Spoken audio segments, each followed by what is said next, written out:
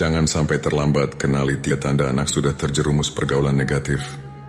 Aku masih ingat, dulu anakku selalu bercerita setiap kali pulang sekolah, tentang temannya yang lucu, tentang gurunya yang galak, atau tentang mimpi-mimpinya yang sederhana.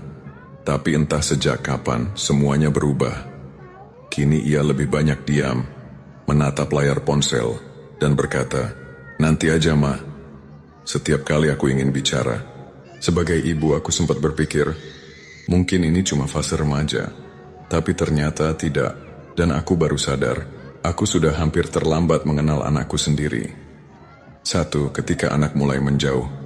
Awalnya aku pikir dia hanya butuh ruang, tapi hari demi hari jarak itu semakin lebar. Ia menutup pintu kamar, menolak diajak makan bersama, bahkan tak lagi memelukku sebelum tidur. Aku baru sadar, anak yang dulu selalu mencari pelukanku, kini memilih dunia yang tak ku tahu.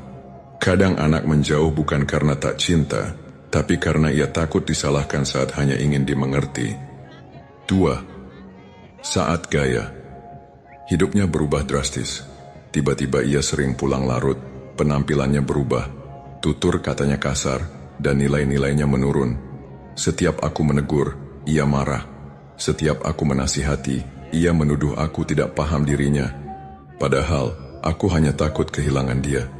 Takut anakku tenggelam dalam dunia yang membuatnya lupa siapa dirinya. Kadang perubahan kecil yang kita abaikan adalah tanda awal anak sedang berteriak minta tolong tanpa suara. 3. Ketika rahasia terlalu banyak.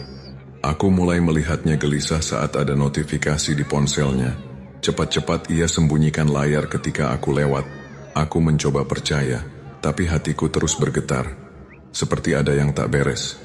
Ternyata benar, dunia luar bisa begitu kejam untuk anak yang polos dan mudah dipengaruhi. Dunia maya bisa menjerat tanpa suara.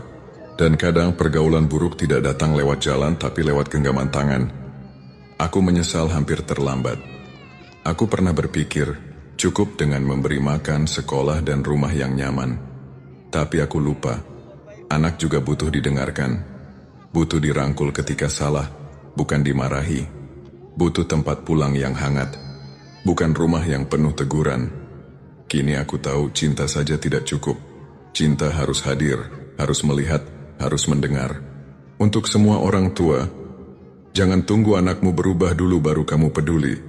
Jangan tunggu ada masalah baru kamu bertanya.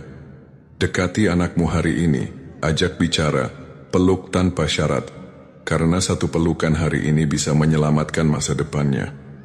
Dan jangan sampai kamu menyesal seperti aku.